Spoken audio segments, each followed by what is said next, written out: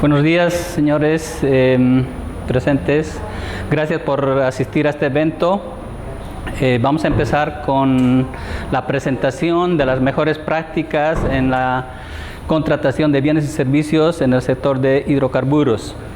Inicialmente, indicar que esta presentación se va a realizar para todo lo que es las empresas de la corporación. En realidad, los que conforman las empresas de la corporación pertenecen una parte al sector privado, digamos, y la otra parte al sector público. Básicamente, Casa Matriz está en el sector público y el resto está regido por normas y procedimientos del sector privado. Entonces, esta presentación va a ser básicamente para ambos sectores, digamos, ¿no? En forma general. Inicialmente, voy a empezar indicando que los participantes de todo lo que es un contrato normalmente son dos actores, ¿no? Una es el proveedor, o sea, los que están presentes acá y los que están también seguramente escuchando, y la entidad, la empresa, en este caso YPFB Corporación. Entonces, para llegar desde el inicio, que es la solicitud de un bien o servicio, hasta el contrato, ¿qué es lo que necesitamos hacer? Y eso es lo que vamos a hacer ahora. ¿No? Todos los que participan en un proceso de contratación y qué problemas pueden presentarse en ese proceso de contratación. Entonces, ahí en la entidad decíamos que quien contrata es normalmente la empresa, la entidad que requiere un bien o servicio, ¿no? Hasta llegar el contrato. ¿Quiénes van a suscribir los contratos? Son los representantes legales de estos dos grupos, digamos. Pero en cada grupo existen una serie de actores también, ¿no? Una es, por ejemplo, la empresa que tiene una unidad solicitante, es decir, alguien requiere un bien o servicio, alguien tiene que hacer el proceso de contratación, alguien tiene que suscribir el contrato, y esas son unidad solicitante, unidad de contrataciones, legal y la MAE o su representante que firma el contrato. Por otro lado, ¿quiénes son los que participan como los que van a proveer los bienes y servicios? Son los proveedores, las empresas que ofertan sus bienes y servicios para que se firme el contrato. Entonces, la unidad solicitante, ¿qué hace, por ejemplo, para hacer sus especificaciones técnicas, para determinar el precio referencial? Normalmente, en todas estas etapas, los actores también son las empresas o sus representantes. ¿Por qué? Por ejemplo, para hacer una especificación técnica, ¿qué hacemos nosotros como unidad solicitante? Tenemos que solicitar a la empresa privada, o también puede ser del sector público, que nos dé una serie de especificaciones técnicas para armar nuestra especificación.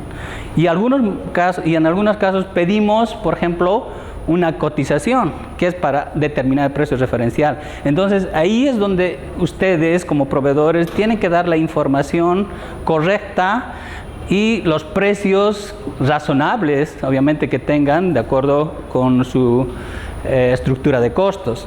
Con base en eso, nosotros definimos lo que se llama el precio referencial y armamos también las especificaciones técnicas, tomando en cuenta esos aspectos. Entonces, ahí es muy importante la participación de los proveedores, porque proporcionan información que posiblemente las empresas no la tengan. ¿Por qué? Porque no somos especialistas en los bienes y servicios que ustedes proveen.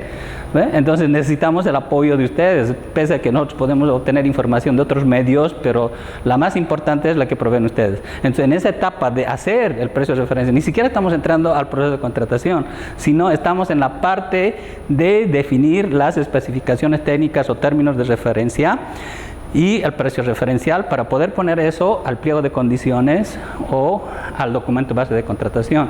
Entonces, participan ahí ustedes. Una vez que se define esos documentos, ¿qué pasa? La unidad solicitante, que puede ser cualquier área de YPFB, de la cadena o la actividad que desarrolla la empresa, dependiendo del rubro, pasa la solicitud a un área que se llama contratación, ¿no? Y esa área de contrataciones, ¿qué tiene que hacer? Tiene que armar un pliego de condiciones o lo que se llama el DBC en el sector público, ¿no?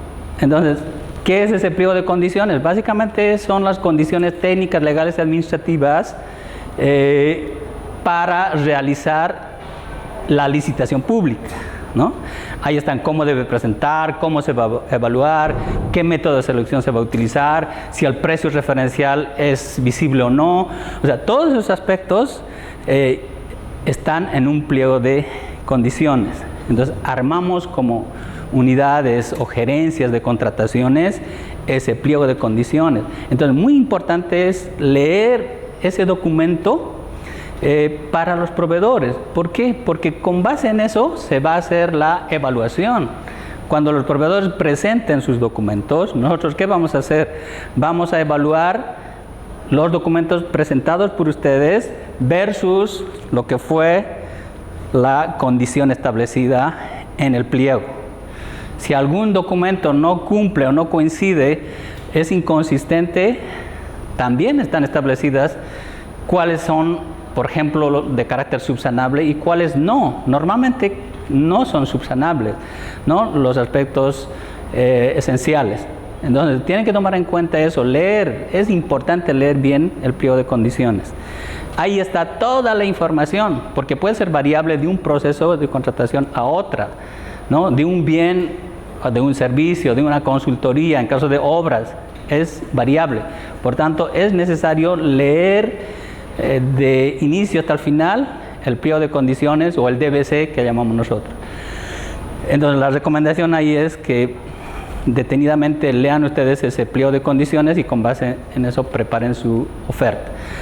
Entonces, ¿qué hace Contrataciones? Decíamos, hace una publicación, una vez que tiene definido su pliego de condiciones y precio referencial. En otros casos ese precio puede ser reservado también, no se conoce, en otros sí, eso también hay que ver. ¿Qué hace el profesional responsable? Publica en una página web y también manda mailings o correos masivos a los proveedores registrados en la base de datos. Entonces, es bien importante tener el registro de proveedores. Muchas empresas, la mayoría en realidad, requieren que el proveedor esté registrado en su base de datos de proveedores, excepto Casa Matriz, que si bien tiene un registro de proveedores a través del sistema de proveedores o el RUPE, que es estatal para todo el sector público, permite que cualquier proveedor sin estar registrado pueda participar. Pero la mayoría de las empresas requieren que se tenga un registro. Entonces, precisamente este evento, este tipo de eventos es para obtener mayor cantidad de proveedores, de manera que ellos se registren, tengamos sus números de contacto, su correo electrónico, y el momento en que se requiera un bien y servicio de acuerdo con el rubro que ustedes han inscrito, podamos invitarles, ¿no? Entonces hay dos formas de enterarse. Una es que algunos publican en prensa, otros por correo electrónico, otros por el SICOES, porque nosotros también como ente público lanzamos o subimos nuestro proceso de contratación en el SICOES, el Sistema de Contrataciones Estatales, ¿no? Entonces, hay varios medios de obtener información, o nuestra página web, ypfb.gov.bo, que es de Casa Matriz, y lo mismo tiene YPFB Transporte, Transierra, Refinación Andina Chaco, Flamagas, o que era antes Bulo Bulo, todas esas empresas, logística, que me olvidé, todas esas empresas tienen sus páginas web y pueden ustedes entrar y ver cada cierto tiempo si existe alguna licitación y participar. Entonces, decíamos, una vez que se ha publicado el pliego de condiciones o el DBC, ¿qué pasa? Ya está en la cancha, digamos, de los proveedores.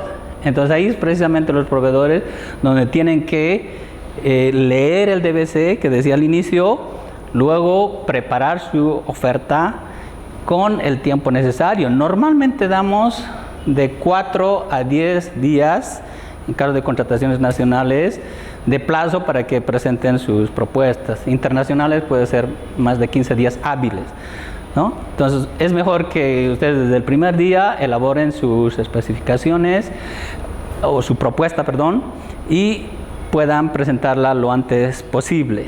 En todo ese tiempo, pueden hacer sus consultas, ¿no? Está permitido hacer consultas con la persona que está designado en el pliego de condiciones o DBC. Hay una persona normalmente responsable que es el contacto con los proveedores. Si ustedes no están de acuerdo con alguna especificación, inclusive en el sector público pueden impugnar, ¿no? O sea, pueden decir, no, esta especificación no es correcta porque está orientada, por decir, a un determinado bien o servicio, ¿no? Entonces pueden hacer una impugnación inclusive si no es aclarada oportunamente.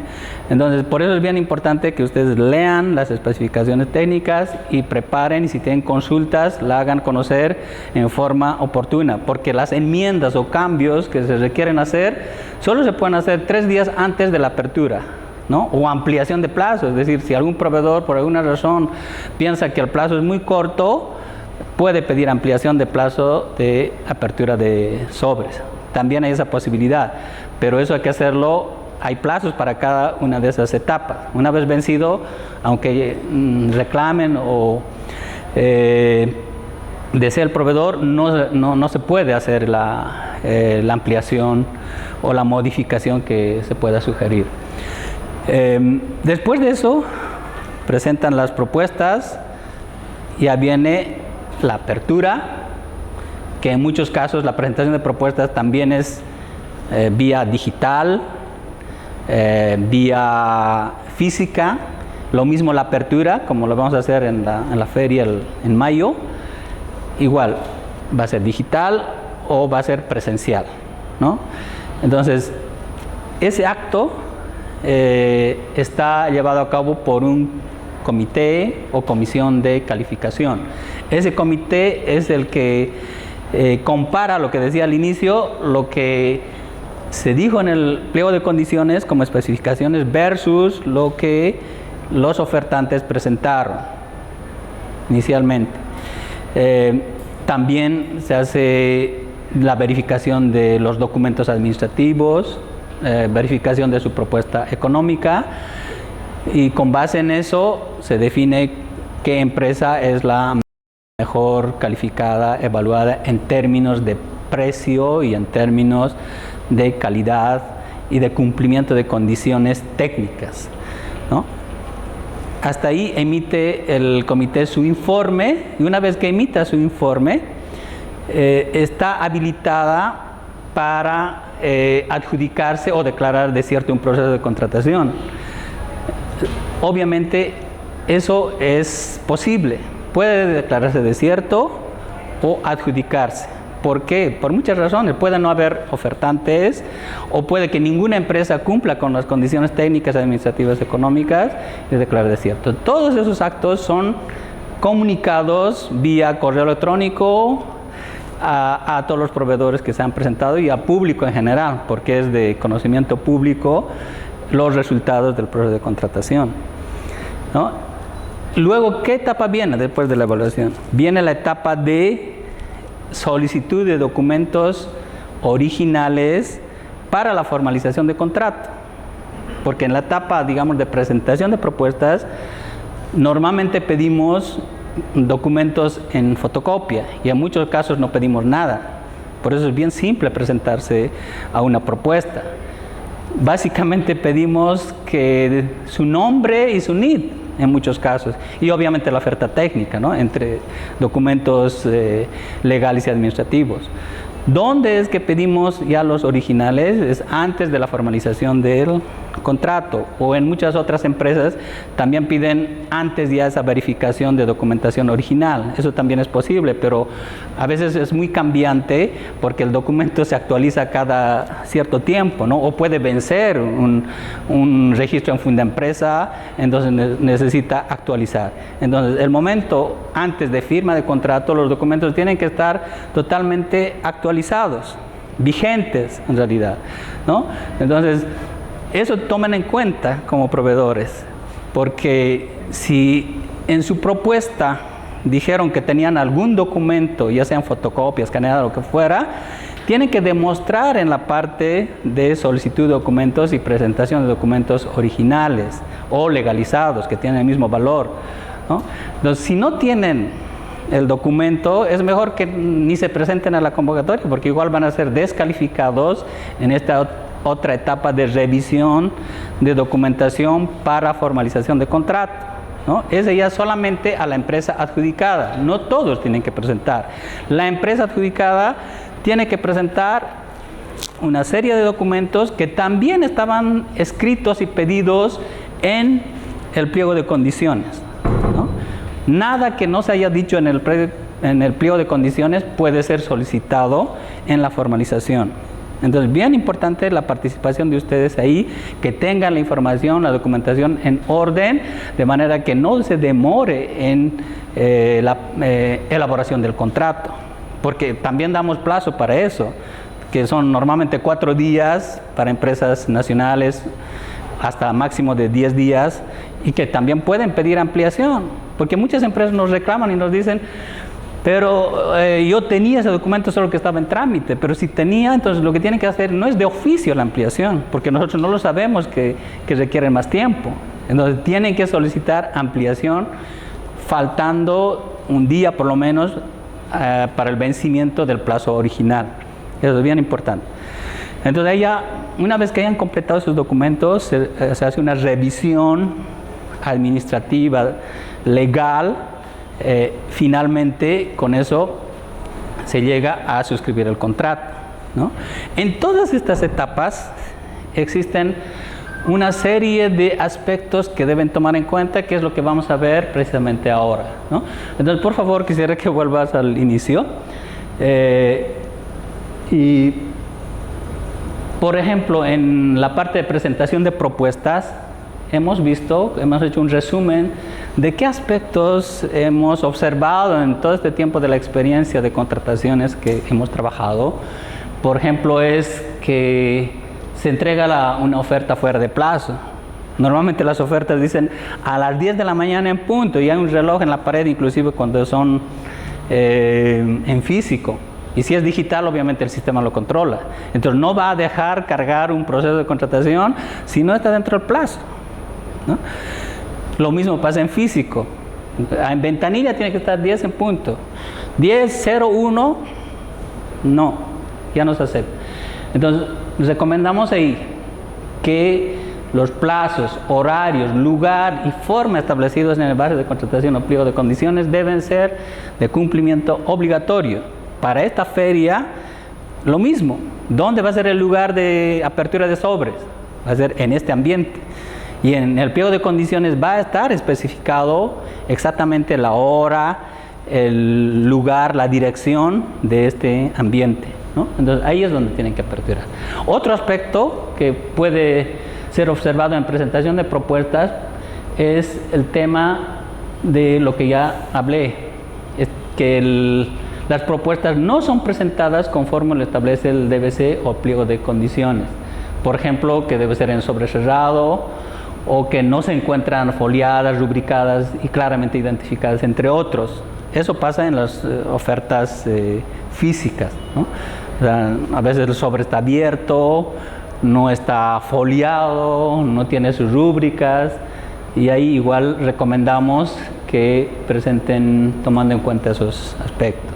Otro punto es el tema de que no identifica claramente el código del proceso de contratación. Normalmente hay un código de proceso que identifica y el objeto. Entonces a veces no ponen el código correcto, ponen otro nombre, y ahí nosotros tenemos problemas porque recibimos varias ofertas, varios sobres de varios procesos de contratación y pueden confundirse. Hemos tenido experiencias de que un sobre que correspondía a un proceso de contratación se ha ido a otro proceso. ¿Por qué? Porque hubo error en el número. Por decir, por un número se fue a otro. Entonces ahí ya se considera como nulo esa oferta. Aparte, el sobre, en caso de propuesta en físico, igual no identifica el objeto y código de contratación. Bueno, dijimos, puede ser rotulado de esta forma. ¿no? En el caso de casa matriz, pero cada empresa tiene su forma de proceder y eso está en el pliego de condiciones también, ¿no? Nosotros ponemos un ejemplo y decimos preséntelo así, de esta forma, ¿no? Otro aspecto es los formularios presentados son elaborados sobre referencias de pliegos de condiciones de anteriores convocatorias. Hemos tenido casos que hasta el nombre, código de otro proceso anterior, digamos. Está bien, pueden tomar quizá como referencia otros procesos anteriores, pero tienen que revisar y asegurarse de que su nombre, su código y otros aspectos sean del proceso que estamos licitando, ¿no? Si bien toman formularios, modelos, pero tienen que referirse al proceso actual. Y eso es lo que aquí estamos recomendando, que se descargue el DBC y trabajen con base en eso. ¿Qué tendrían que hacer? Descargan el DBC o pliego de condiciones y trabajar con base en ese documento y, no sé, traer de algún otro documento que tengan, pero trabajar con base en ese pliego, porque pueden haber cambios.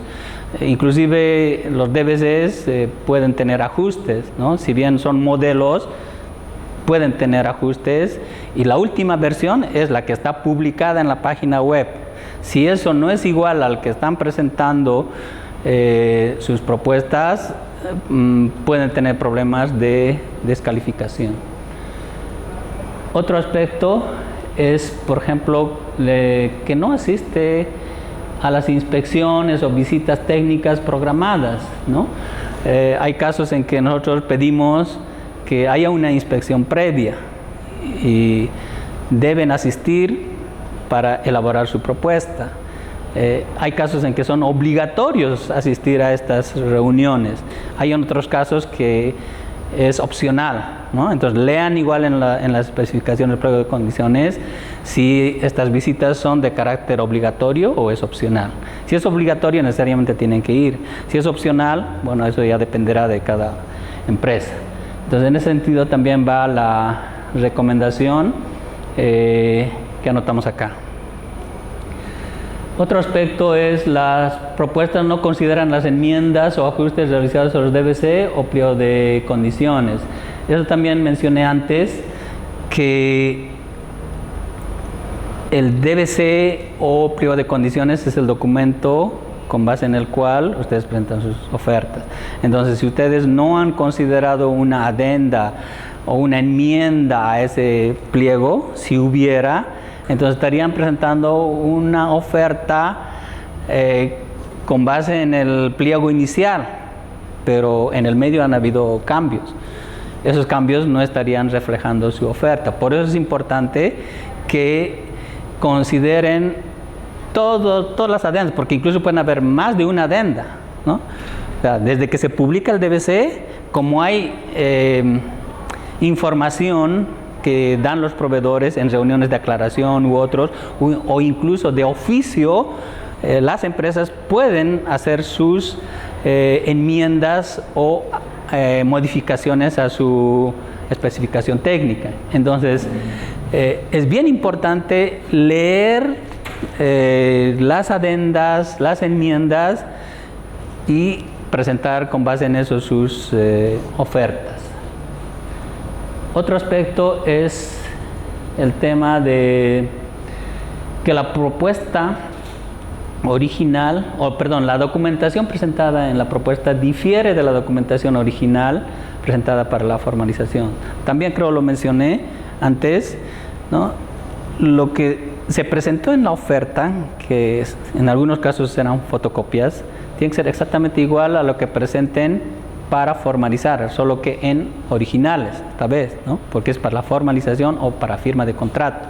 Entonces eso también hay que tomar muy en cuenta y asegurarse de que si presento yo la fotocopia, tengo que tener el original, porque si no la tengo, en esa etapa esa empresa se puede descalificar y nosotros vamos a la siguiente empresa mejor evaluada. Otro aspecto es que las propuestas adjuntan documentos que no corresponden y no fueron requeridos en el proceso de contratación. A veces, innecesariamente, adjuntan documentos que hacen solo volumen en el proceso de contratación, además perjudican en muchos casos la evaluación, porque no lo vamos a considerar, ¿no?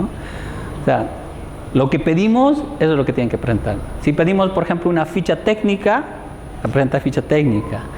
Si pedimos una certificación ISO, presentan la certificación ISO, o cualquier otra certificación que podamos requerir, se presenta. Pero hay empresas que, por decir, no pedimos experiencia general, solo pedimos experiencia específica. Pero las empresas presentan toda su documentación de la experiencia general, pero no lo hemos pedido, entonces ni lo vamos a ver, digamos, ¿no? Lo que evaluamos es lo que pedimos, ¿no? En este caso, de ejemplo, sería que presenten solo la experiencia específica relacionada o lo que se ha pedido, ¿no? Entonces, eso es lo que se señala acá. Las propuestas técnicas, administrativas y económicas no son presentadas conforme describe el DBC o pliego de condiciones. A veces, por ejemplo, pedimos que presenten en 3 sobres algunas empresas, ¿no? Dicen una administrativa, una económica y una técnica. ¿Por qué? Porque hay diferentes fases de evaluación. Otras solo pedimos en conjunto. Entonces, por eso es bien importante leer el DBC. Ahí dice claramente, señores, ustedes deberán presentar en 3 sobres o en 3 documentos separados, por decir, si fuera digital, ¿no? Entonces, tienen que preparar su oferta de esa manera. A eso se refiere esta parte. Los proveedores no registrados en la base de datos no pueden presentar su propuesta excepto casa matriz. Eso también ya lo dije. Hay, la mayoría de las empresas se pide que tengan el registro de proveedores. En casa matriz, como decía antes, pueden no estar registrados y presentarse, ¿no? Entonces tomen en cuenta eso también, por favor. Y es muy simple registrarse, ¿no? Es solamente anotar sus datos de la empresa, teléfono, correo electrónico, el rubro al que se están presentando. Es bien importante aquel rubro, porque con base en ese rubro nosotros hacemos las invitaciones. Entonces, si ustedes se han registrado para confección, por decir, de textiles, y nosotros requerimos ropa de trabajo, vamos a mandarles un correo de invitación, ¿no? Entonces, y si tienen varios rubros, también regístrense a los rubros donde realmente ustedes requieran. Eso es otro aspecto. Los proveedores requieren aclaraciones o que se haga alguna modificación en nuestra especificación técnica fuera del plazo. Hay plazos para presentar información o aclaración sobre el proceso de contratación que pueden hacer que YPFB, con todas sus empresas, hagan algún cambio, porque una enmienda, una modificación, nosotros podemos hacerlo considerando las consultas de los proponentes o de oficio, ¿no? Porque nos hemos dado cuenta de que había algún error o algún otro requerimiento que no se anotó, o con la información que se recibió de los proveedores realmente era necesario hacer algún cambio. Entonces hacemos esos cambios, podemos hacerlo de oficio. En muchos casos hacemos a solicitud también de los proveedores. Entonces es lo que decimos acá, que hagan por las enmiendas, por ejemplo, en casos de YPFB Corporación, es 3 días antes de que se haga la apertura. Podemos hacer enmiendas, ¿no? O la ampliación de plazo, por ejemplo. Podemos hacerlo un día antes de que se haga la apertura. ¿Por qué? Porque hay muchas empresas que, por ejemplo, ya han tramitado su boleta de garantía, ¿no? Con anticipación. Entonces, si hacemos un cambio a última hora, esa boleta ya no sirve porque los tiempos se alargarían. Entonces, por eso hay esos tiempos, ¿no? Porque no solamente participa un proveedor, son varios que están interesados y que ya tienen sus ofertas. Documentos administrativos. El nombre del proponente registrado en el formulario A1 o carta de presentación o otro documento no es coincidente con la matrícula de comercio. Esto es básico, ¿no? O sea, he visto muchos casos que se han descalificado empresas por haber anotado mal su nombre. Entonces, ¿cuál tienen que anotar? Tienen que anotar el nombre que aparece en su funda empresa. Entonces, ahí no sé si puedes por favor, mostrar. Hay una página de Fundempresa, incluso si ustedes quieren saber cuál es el nombre con el que se han inscrito en Fundempresa, entonces pueden obtener de esa página, ¿no? Entonces anotan, entran a esa página, entran a consulta de empresas y ahí anotan su NID o sus datos. Ahí va a aparecer cómo está inscrito en Fundempresa, su denominación, razón social, y el nombre tiene que ser igual a ese, el número de NID, el nombre igual al que está escrito en Fundempresa. Entonces es bien importante, como les decía, hay empresas que se han descalificado solamente por no anotar bien su nombre, o en el caso de unipersonales, ¿no? Ahí está su nombre o está el nombre comercial, pero anoten necesariamente lo que esté en Fundempresa. Tienen que anotar exactamente lo que aparece en Fundempresa. Lo mismo pasa ya sea en el A1 o carta de presentación de documentos. Además, estos dos documentos normalmente llevan la firma del representante legal. Eso también es otro aspecto, ¿no? Cuando es físico, esa firma del representante legal no puede ser firmado, por ejemplo, eso no existe. Necesariamente tiene que ser el representante legal y además tiene que ser en original, no fotocopias, excepto si es una firma digital. Ahí sí podría ser un documento sin firma, pero eso también nosotros verificamos. Si fuera firma digital, entramos a la página de ADCID y verificamos si realmente la firma corresponde a la persona que está firmando. Entonces, ese A1 o la carta que hablamos acá es bien importante, esa carta de presentación. Es un documento principal porque incluso es como una declaración jurada, ¿no?, que hace el proveedor ante la empresa a la cual presenta su oferta. Entre otros documentos administrativos, por ejemplo, ahí no consigna la firma del representante legal o propietario. La firma del formulario A1 o carta de presentación no corresponde al representante legal o propietario, lo que mencionaba antes.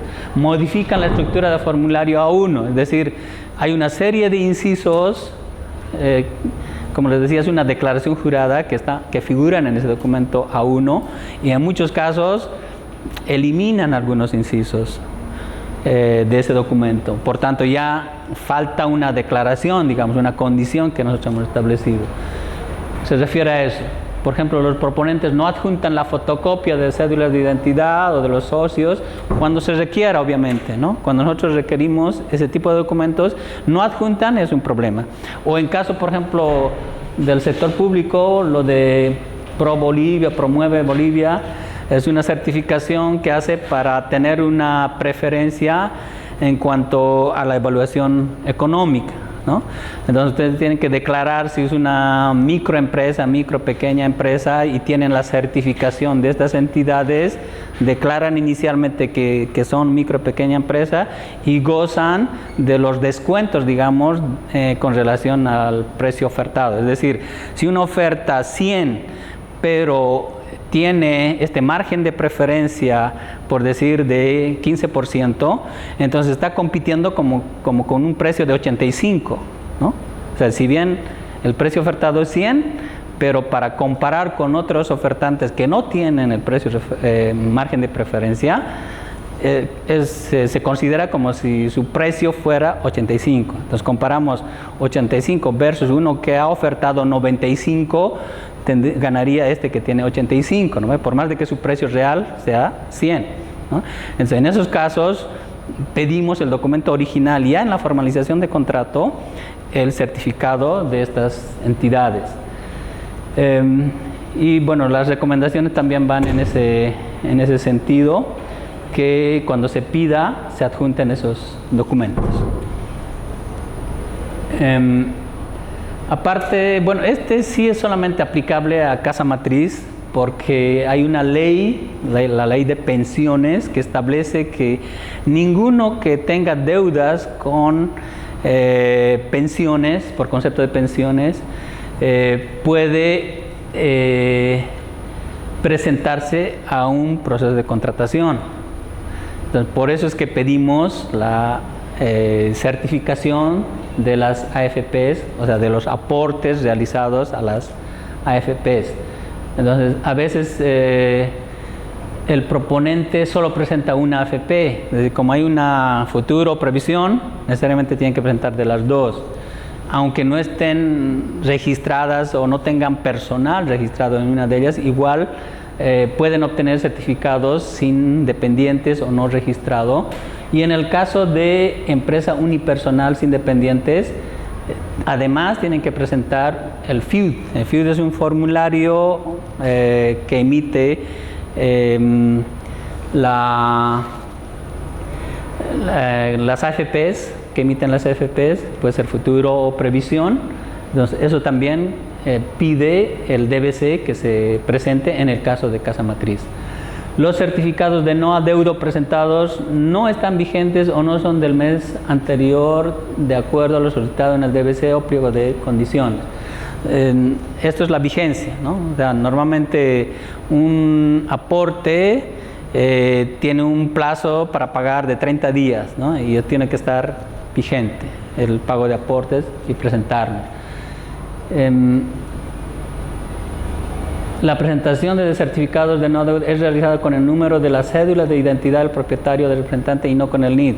Hay muchos casos que han obtenido este certificado, pero con el número de cédula de identidad, como si fuera una persona natural, pero lo que requerimos nosotros es que sea con un NID, y eso es lo que tiene que obtener. Además, ese no tiene que tener mora, obviamente, ¿no? Porque si no, igual tendría deudas con pensiones y no deberíamos tener la posibilidad de contratar a esa empresa. Ahora sí, por favor. En la parte de documentos administrativos seguimos, por ejemplo, el NID, la actividad del NID. Ustedes saben que cada NID tiene su rubro o actividad a la que está inscrita en la administración tributaria. Esa tiene que estar con la actividad a la que ustedes pertenecen, ¿no? Por decir, si compramos papelería, en su actividad tiene que decir rubro papelería. No podría una empresa que vende papel también vender ropa de trabajo, por decir, si no está habilitado para ambos, ¿no? Necesariamente tiene que estar habilitada para ambos. También puede ser esa una causal de descalificación. Entonces, refiere a eso. Acá, como nos recomendamos, que la actividad económica registrada en el certificado NID presentado por el proponente debe guardar relación con el objeto de la contratación. Eso tomen en cuenta también, por favor. Otro aspecto es en la parte de documentos administrativos, por favor, es las garantías financieras. Por ejemplo, acá hablamos de las garantías. Normalmente pedimos dos garantías, una de seriedad de propuesta y la otra es de cumplimiento de contrato. Y también hay que leer bien en los DBCs, o sea, no en todos los casos pedimos, por ejemplo, la seriedad de propuesta. Normalmente pedimos para mayores a 1 millón de bolivianos, el de seriedad de propuesta, en el caso de casa matriz. Otras empresas igual tienen establecido sus condiciones. Entonces, igual eso, si tienen dudas, pueden incluso consultar o llamarnos, ¿no? Menos de 1 millón, tenemos que establecerlo en el DBC, si se pide o no. Pero mayores a 1 millón, necesariamente hay una garantía de seriedad de propuesta. Y luego hay el otro documento que se llama la garantía de cumplimiento de contrato. Eso sí aplica para todos los casos. En algunos casos esa garantía es reemplazada por una retención, en el caso del sector público, ¿no? Podemos retener, pero también eso está establecido en la normativa, ¿no? Por ejemplo, ¿cuándo puede haber una retención? Cuando son pagos parciales. Entonces ahí uno presenta una boleta de garantía. O cuando son servicios a pedido. En esos casos igual puede ser una retención del monto pagado en forma mensual o periódica. Se refiere a esos casos. Pero en esos dos documentos, si presentaran una boleta de garantía, póliza de garantía o garantía primer requerimiento, tiene que considerar todos estos aspectos, ¿no? Por ejemplo, hemos visto que el nombre del beneficiario era diferente en el documento presentado. Es decir, no sé, presentó Hansa S.A. y presentan Hansa limitada, por decir. Entonces ahí puede haber problemas de ejecución de esa boleta. Entonces, por eso necesitamos que anoten el nombre del beneficiario correctamente. Perdón, acá se refería en realidad al beneficiario, es YPFB, ¿no? O las empresas de la corporación. Si están presentando una oferta a YPFB, entonces tienen que ponerlo beneficiario YPFB. No podían aumentar nada ahí, ¿no? ¿Por qué? Porque el momento en que nosotros queramos ejecutar esa boleta, como no está correctamente escrito el nombre del beneficiario, no podríamos ejecutarla. Por eso es importante que se anote el nombre correcto de la empresa. Además, en la evaluación, si nosotros nos damos cuenta de ese error, vamos a descalificar, va a darse como no presentada. A veces pedimos en dólares, o perdón, al revés, se presentan en dólares, pero nosotros hemos pedido en bolivianos, o al revés, también podría ser, ¿no? Nosotros solicitamos que presenten una boleta en dólares, pero no presentan bolivianos. A veces ese documento está perforado en hojas anilladas. Entonces, una garantía que está perforado o en hojas anilladas ya no es ejecutable. Por tanto, igual tiene que considerar ese aspecto. Garantías con plazos de vigencia menores a los solicitados y con características diferentes a las establecidas en el DBC. Normalmente decimos la vigencia de la garantía debe ser de 90 días, 120 días. Entonces, desde la fecha de su emisión hacia adelante tiene que contar correctamente. Mejor si la aumentan unos 5 días para no tener problemas, ¿eh? Entonces, a eso se refiere esa parte. Garantías, bueno, ya dijimos eso.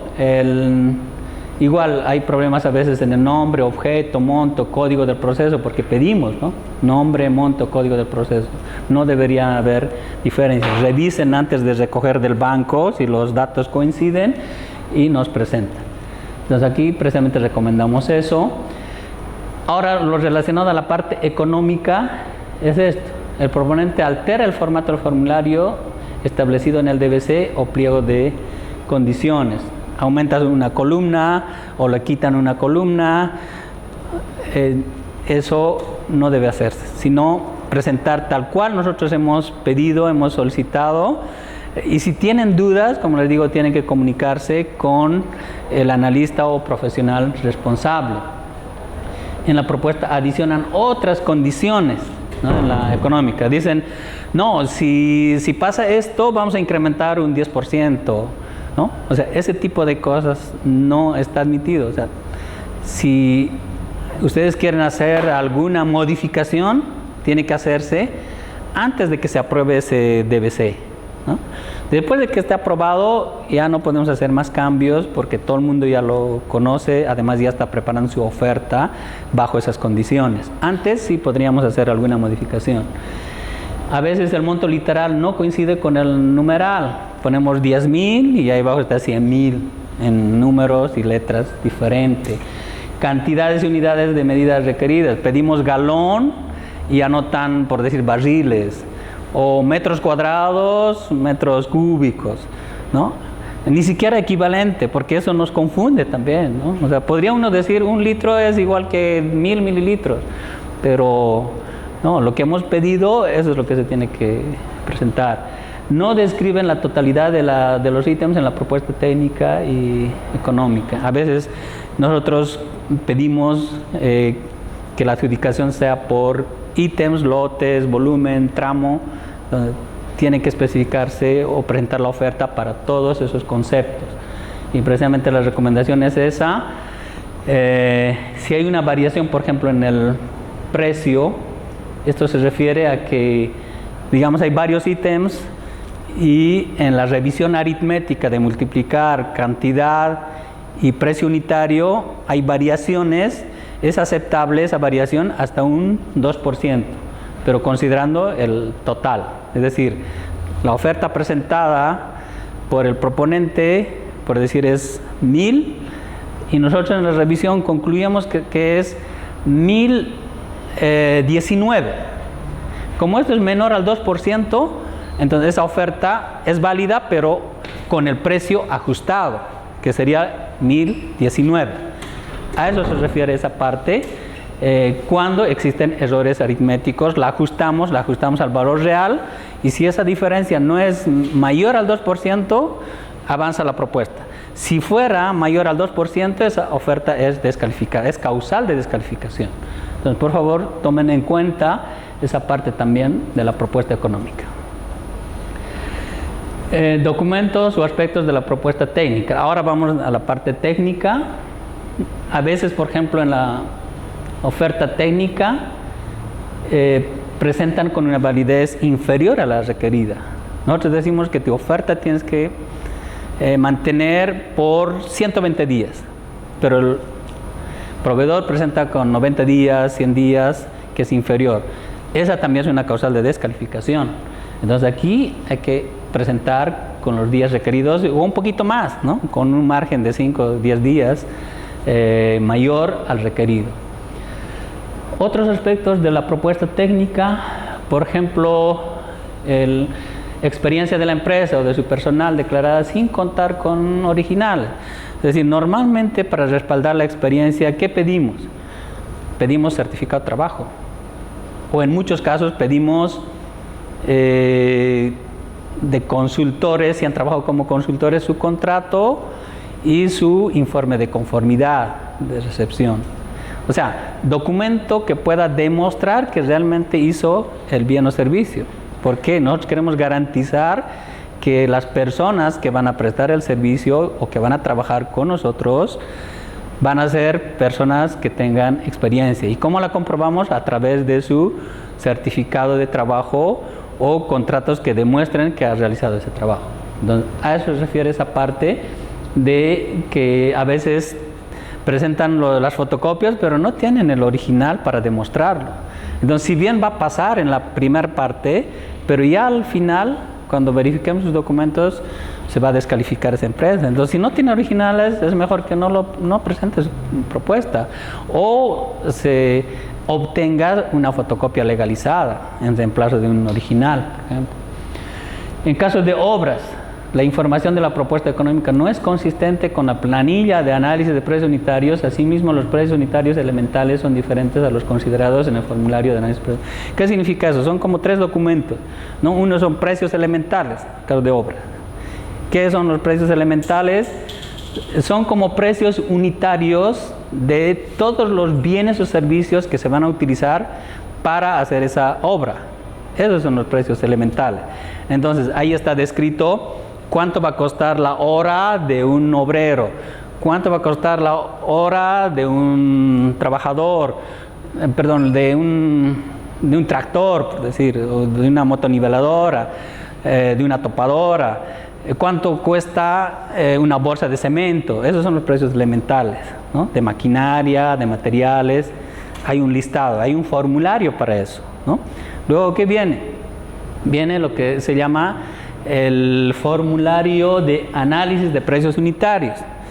Simplemente ese formulario de análisis de precios unitarios es la composición de un concepto de la obra, una parte de la obra, cómo está estructurado. Pero ahí definen la descripción de los objetos que se han definido para estructurar una parte de esa obra, y además tienen sus precios unitarios. Esos precios unitarios de esa estructura de costos tiene que igualar con el formulario de precios unitarios o precios elementales. Si aquí dijimos que la hora va a costar 100, acá para estructurar el costo de una parte de la obra también tiene que estar 100. Si es diferente, obviamente el precio de costos va a variar y puede ser una causal de descalificación, ¿no? Y finalmente el formulario resumen, digamos, es como la sumatoria de los subtotales del formulario de análisis de precios unitarios. Entonces son como 3 documentos en el caso de obras que tienen que tener consistencia entre sí, ¿no? A eso se refiere esa parte de la oferta económica, ¿no? Si hay variaciones ahí, también puede ser una causal de descalificación. Hemos tenido casos en que en la parte de precios unitarios, a un mismo concepto se han asignado 2 diferentes precios unitarios. Entonces, en la parte de análisis de precios unitarios, no sabíamos cuál de ellos tomarlo como válido. En una decían 100 y en otra 120. ¿Cuál consideramos? La empresa consideró 120, que era el mayor, por decir. Pero nosotros en la revisión observamos que fue 100. Entonces, a nosotros como empresa nos convendría que sea 100 el precio unitario, ¿no? Entonces ya entramos en conflicto y procedemos ya a hacer la depuración. Eso en el caso de obras. En el tema de respaldos presentados de la experiencia de la empresa y del personal, que no contienen la información requerida, fechas precisas, importe y formación. Eso es cierto. A veces ponen, tal persona trabajó en la empresa XX y ponen la fecha ahí abajo, pero no sabemos cuánto tiempo trabajó, cuándo inició, en qué trabajó. O sea, esas cosas también, por favor, recomendamos que anoten en forma precisa o pidan de las empresas donde han trabajado esos datos, porque eso nos sirve, porque muchas veces nosotros evaluamos por el tiempo, ¿no? O sea, decimos que la empresa haya trabajado en un determinado concepto por decir, por 2 años. Entonces, para saber que realmente son 2 años o más, necesitamos las fechas.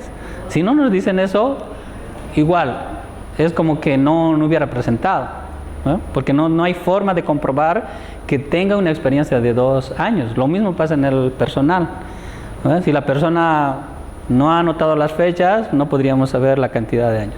A veces pedimos también cantidad de trabajos, no el tiempo. O sea, hay las 2 formas. Uno es el tiempo y la otra es la cantidad de trabajos realizados por las personas o las empresas. Entonces ahí, por favor, pedimos que se anoten esos datos precisos. Cronograma de ejecución de la obra es presentado sin la información requerida en el DBC o pliego de condiciones. A veces también pedimos que presenten cronogramas y esos cronogramas en muchos casos no tienen esta información que pide el DBC o pliego de condiciones. Normalmente en el cronograma, ¿qué es lo que pedimos? ¿Cuál es la ruta crítica? Porque hay actividades paralelas, actividades que pueden hacerse a la vez, 2 o 3 actividades, pero hay una ruta crítica. O sea, una actividad no puede empezar antes que concluya esta otra actividad. Esa es la ruta crítica. Entonces, eso tienen que presentarlo. O si hablamos de frentes de trabajo, lo mismo, ¿no? Entonces, tienen que tomar en cuenta que esa información sea presentada, pero todo eso está escrito en las especificaciones técnicas. O sea, no hay nada que inventarse, digamos, ¿no? Y si tuvieran dudas, nos tienen que preguntar. Podemos analizar y hacer una enmienda si corresponde. Seguimos, por favor. Documentos, aspectos de la propuesta técnica. Seguimos con la parte técnica.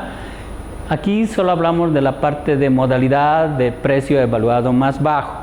¿En qué consiste esa modalidad? Es que primero evaluamos el precio y sacamos una prelación, ¿no? O sea, digamos hay 4 ofertas. De las 4 ofertas ponemos en orden del menor al mayor. Eso se llama prelación. El número 1 es el que tiene el menor precio y así sucesivamente hacia abajo. Se llama precio evaluado más bajo precisamente porque evaluamos a la oferta que tiene el menor precio. Empezamos por esa, digamos, ¿no? En otras empresas también es diferente, pero acá en el caso de Casa Matriz lo que hacemos es evaluar al que tiene menor precio. Si esa empresa que tiene menor precio cumple las condiciones técnicas, se adjudica esa y las otras no son evaluadas. Entonces muchos nos han reclamado en algunos casos y nos dijeron, pero mi oferta no ha sido evaluada y no me dijiste que en qué no he cumplido.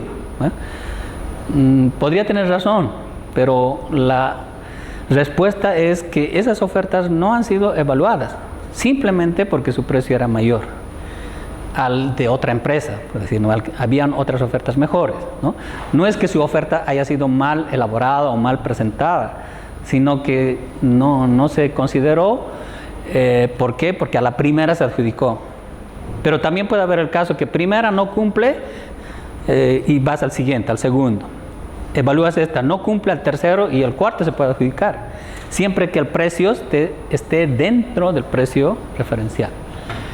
Ese es el precio evaluado más bajo, pero en este caso lo que anotamos acá es precisamente, normalmente presentamos este formulario que está ahí abajo, y en ese formulario decimos claramente qué es lo que nosotros requerimos.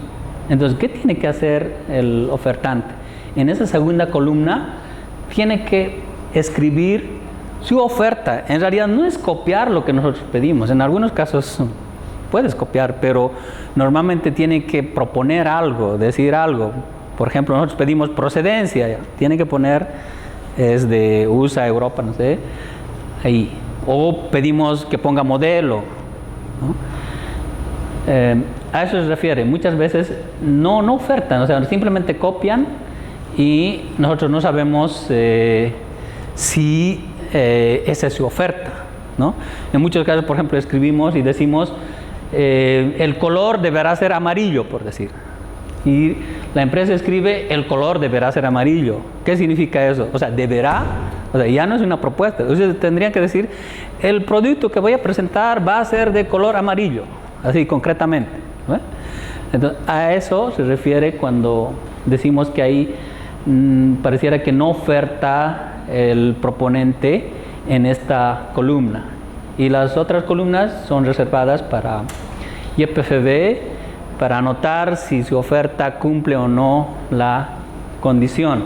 Ahora, muchos me han preguntado casos en que ¿puedo presentar una oferta que supere lo requerido?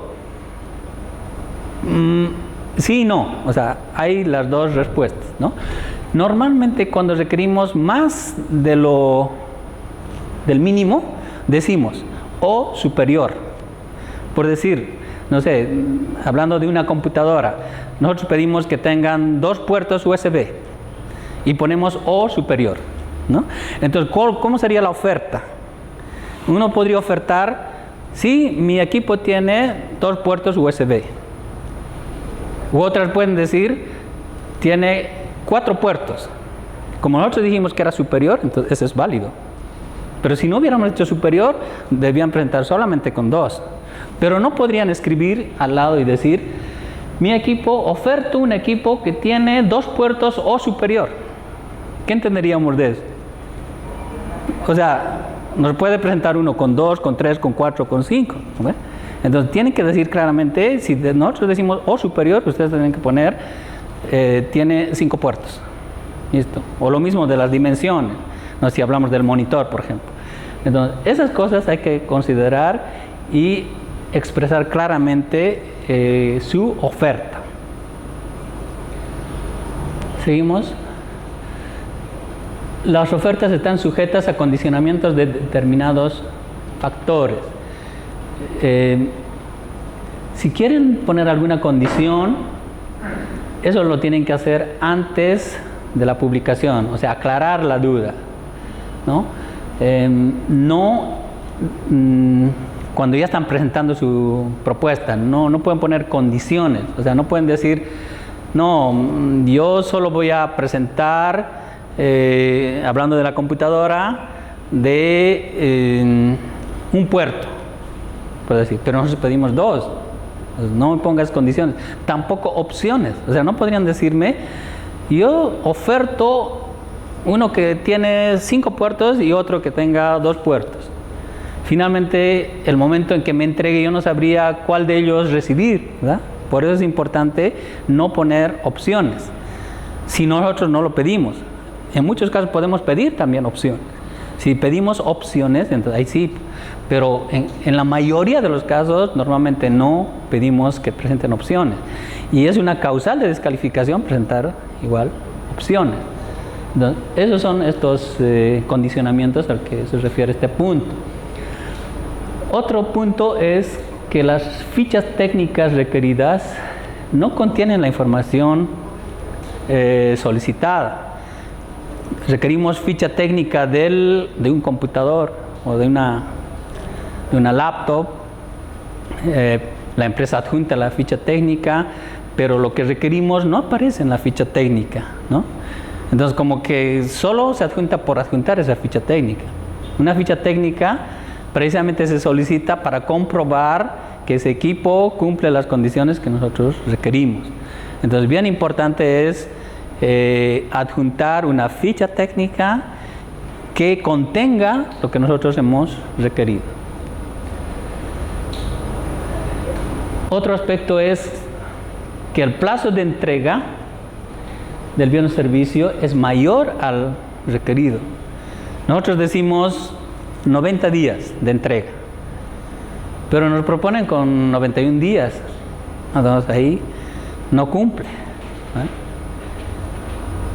Hay una razón para definir el plazo. Como empresa necesitamos que ese bien o servicio esté en ese momento, ¿no? Si es más tiempo ya no nos sirve.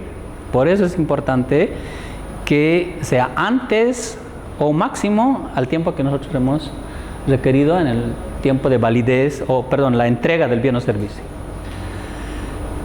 Ahora entramos a la parte de documentos legales. Y en documentos legales vemos estos aspectos. Por ejemplo, que la constitución, el poder del representante legal no tiene la constancia de registro en Fundempresa. Para nosotros es válido cuando esos documentos están registrados en Fundempresa. Si no tienen su registro, para nosotros no tiene validez. Entonces, por favor, verifiquen cuando presenten esos documentos que tengan registro de Fundempresa. Hay un sellito que pone Fundempresa registrado. Entonces, ese sello tiene que estar en el documento presentado. A veces, muchas empresas piden que tengan estas atribuciones los representantes legales, ¿no? Que tenga la atribución o la competencia de presentar propuestas o de suscribir los contratos, ¿no? Porque si no, en el futuro tendríamos problemas legales. ¿Qué pasaría si esa persona que estaba actuando como representante legal no tenía la facultad o la delegación de suscribir un contrato? ¿No? Ese contrato sería inválido, mínimamente, ¿no? Y sería nulo. Sí, señor. El poder de lo de tus empresas, ¿a qué me refiero? Si la empresa tiene un representante legal y el poder del representante legal dice que está facultado para suscribir sus contratos, ese poder tiene que estar registrado en tus empresas. Sí, exactamente. Hay un poder, ¿no es cierto? Si es una SRL, hablaremos de una empresa SRL, ¿no? Una SRL le da un poder a un representante legal, la asamblea en realidad le da un poder al representante legal. Y hay un documento de poder, notariado. Ese documento de poder tiene que estar registrado en Fundempresa, siempre que haya un representante legal dado a través de un notario de fe pública. A ese poder nos referimos. O en su caso la Constitución también, ¿no? O sea, la Constitución de la sociedad no está registrado. Ambos documentos tienen que estar registrados. Pero lo que hablábamos aquí abajo era de que además de tener el poder, tiene que tener la facultad de presentar propuestas y suscribir contratos. O sea, en ese poder tiene que decir, señor, nosotros como asamblea te damos la facultad para que usted pueda presentar propuestas y además pueda suscribir contratos en nuestro nombre, ¿no? En realidad es eso, ¿no? Entonces, a eso se refiere. Hay muchos que nos han presentado sin esta facultad. Entonces, cuando nosotros recibimos ese poder, decimos, pero este señor no tenía la facultad de ni siquiera presentar propuestas. Entonces, ¿cómo nos presentó? Entonces, no tendría validez. Por eso es importante asegurarse de que tengan esas facultades. Lo mismo para suscribir contratos. Ahora, aquí, en el caso, no sé si hay representante de alguna empresa extranjera acá, no necesariamente son estos términos, ¿no? Son equivalentes en realidad en su país de origen. Porque en la Argentina o en algún otro lugar no necesariamente se llamará propuestas, pueden ser licitaciones, en vez de suscribir contratos tendrá otro nombre, podrá ser celebrar pero tiene que ser algo equivalente, ¿no? Y a veces incluso en otros países no se llama poder, se llama carta o algún documento que demuestre que la asamblea le da un poder a un representante legal y ese representante legal está facultado para suscribir o actuar en nombre de ese proveedor y suscribir contratos o presentar propuestas a la empresa. También hemos tenido casos de asociaciones accidentales. Testimonio de constitución no consigna lo solicitado en el DBC o pliego de condiciones. Eso en el caso de asociaciones accidentales. Nos recomendamos que se presente tal cual se ha solicitado en las especificaciones técnicas o pliego de condición. Finalmente vamos a presentar algunos aspectos relacionados con la presentación de documentos de adjudicación o formalización, ¿no? Esta ya es la última etapa, antes de la firma de contrato. O sea, una vez que la empresa ya se ha adjudicado, ¿no? O sea, por decir, de 20 empresas que se presentaron, una empresa adjudicada. Esa empresa adjudicada presenta documentos originales, como decíamos al inicio. Esa empresa adjudicada presenta originales y hay este tipo de errores, digamos, y observaciones. Por ejemplo, que los originales no corresponden a las fotocopias presentadas junto con su propuesta. Creo que ya lo dijimos antes, pero reiteramos eso, que si pedimos un certificado que presentó en la presentación de propuestas en fotocopias, aquí ya tienen que presentar en original. Y así, lo que se haya pedido, podríamos haber pedido 10 documentos, los 10 tienen que ser originales. A veces pedimos, por ejemplo, en la experiencia de la empresa, experiencia del personal, pedimos su título en provisión nacional, por ejemplo. Y hay muchas empresas, incluso nos han traído una mochila con llave, con candado, porque eran títulos originales. Y nosotros teníamos que comprobar que sea original. Entonces, se refiere a eso, que todo lo que se dijo o se presentó en la presentación de propuestas, ahora tiene que demostrar acá con documentación original y nosotros tenemos la obligación de revisar esos documentos originales, ¿no? O si tenemos dudas, participa en nuestra área jurídica para dar fe de que ese documento es válido y original. La siguiente es que se presenta fuera de plazo, otra vez con el plazo, ¿no? Normalmente damos como 4 a 10 días para que presenten estos documentos originales desde el momento de la adjudicación.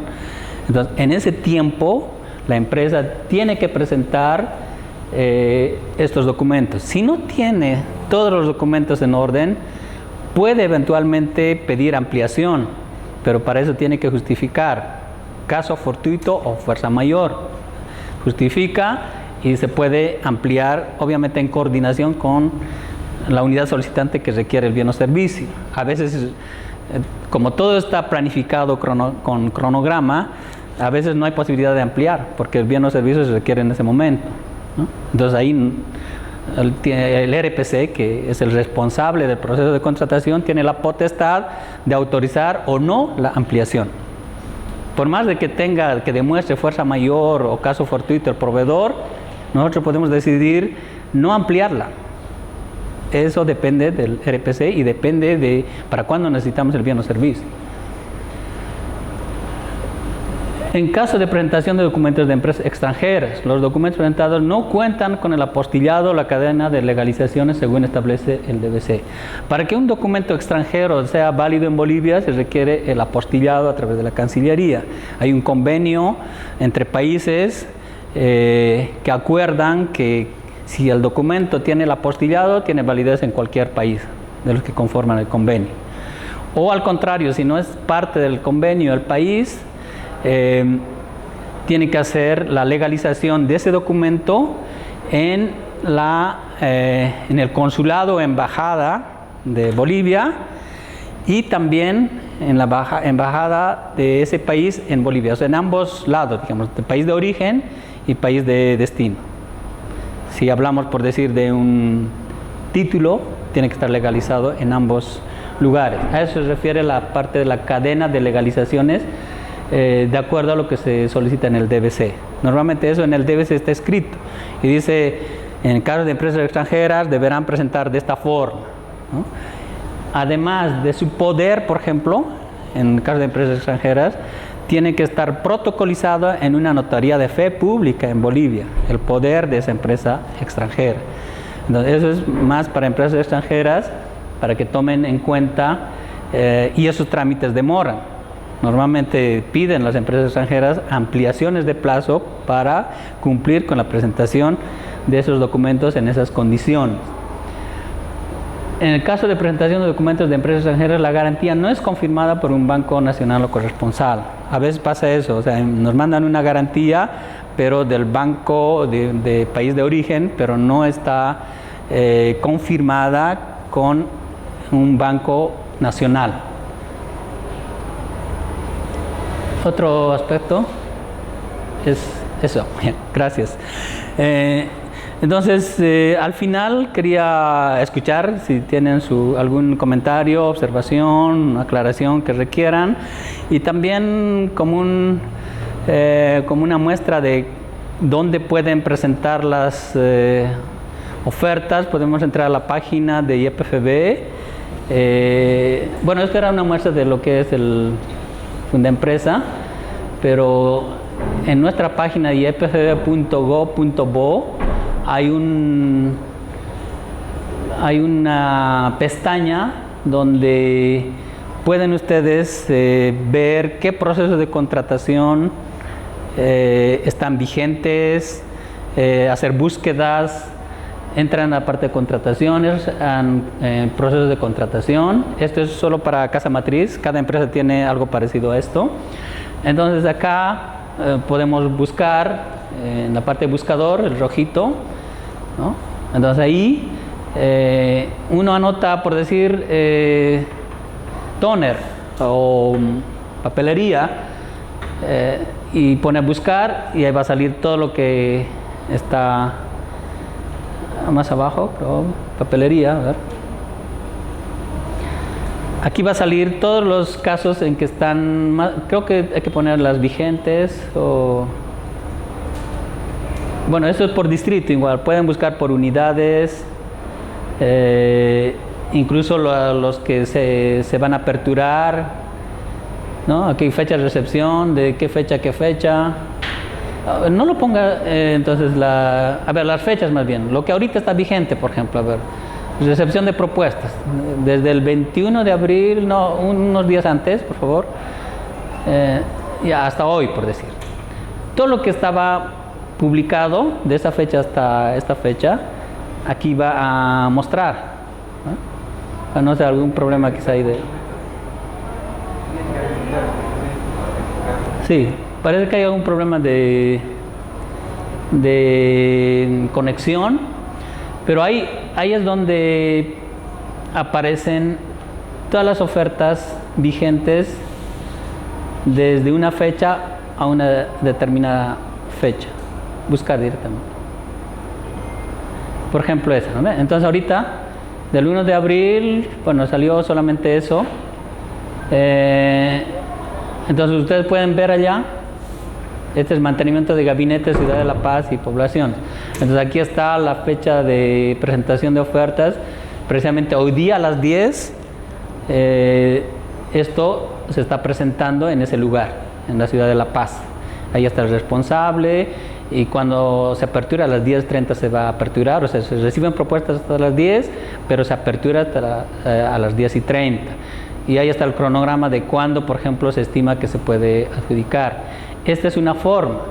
Otra forma de buscar procesos, a ver si podrías copiar por favor el objeto de contratación, ese, ¿no? Ya, hasta ahí, y nos vamos al SICUES, por ejemplo, lo mismo. En el SICUES esto también tiene que estar publicado, que es sicues.gov.bo. Entonces entramos a convocatorias nacionales, si ustedes quieren buscar, igual, convocatorias nacionales.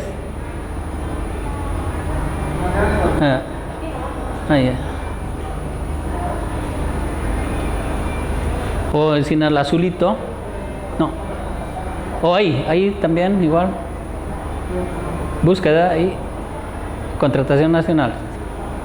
Entonces ahí, allá en objeto de contratación, si pones lo que has copiado y acá hay YPFB en entidad, esa es la forma de buscar en el SICOES, ¿no? Si ustedes entran en SICOES, entonces ahí pones buscar, todos está bien, ¿ya?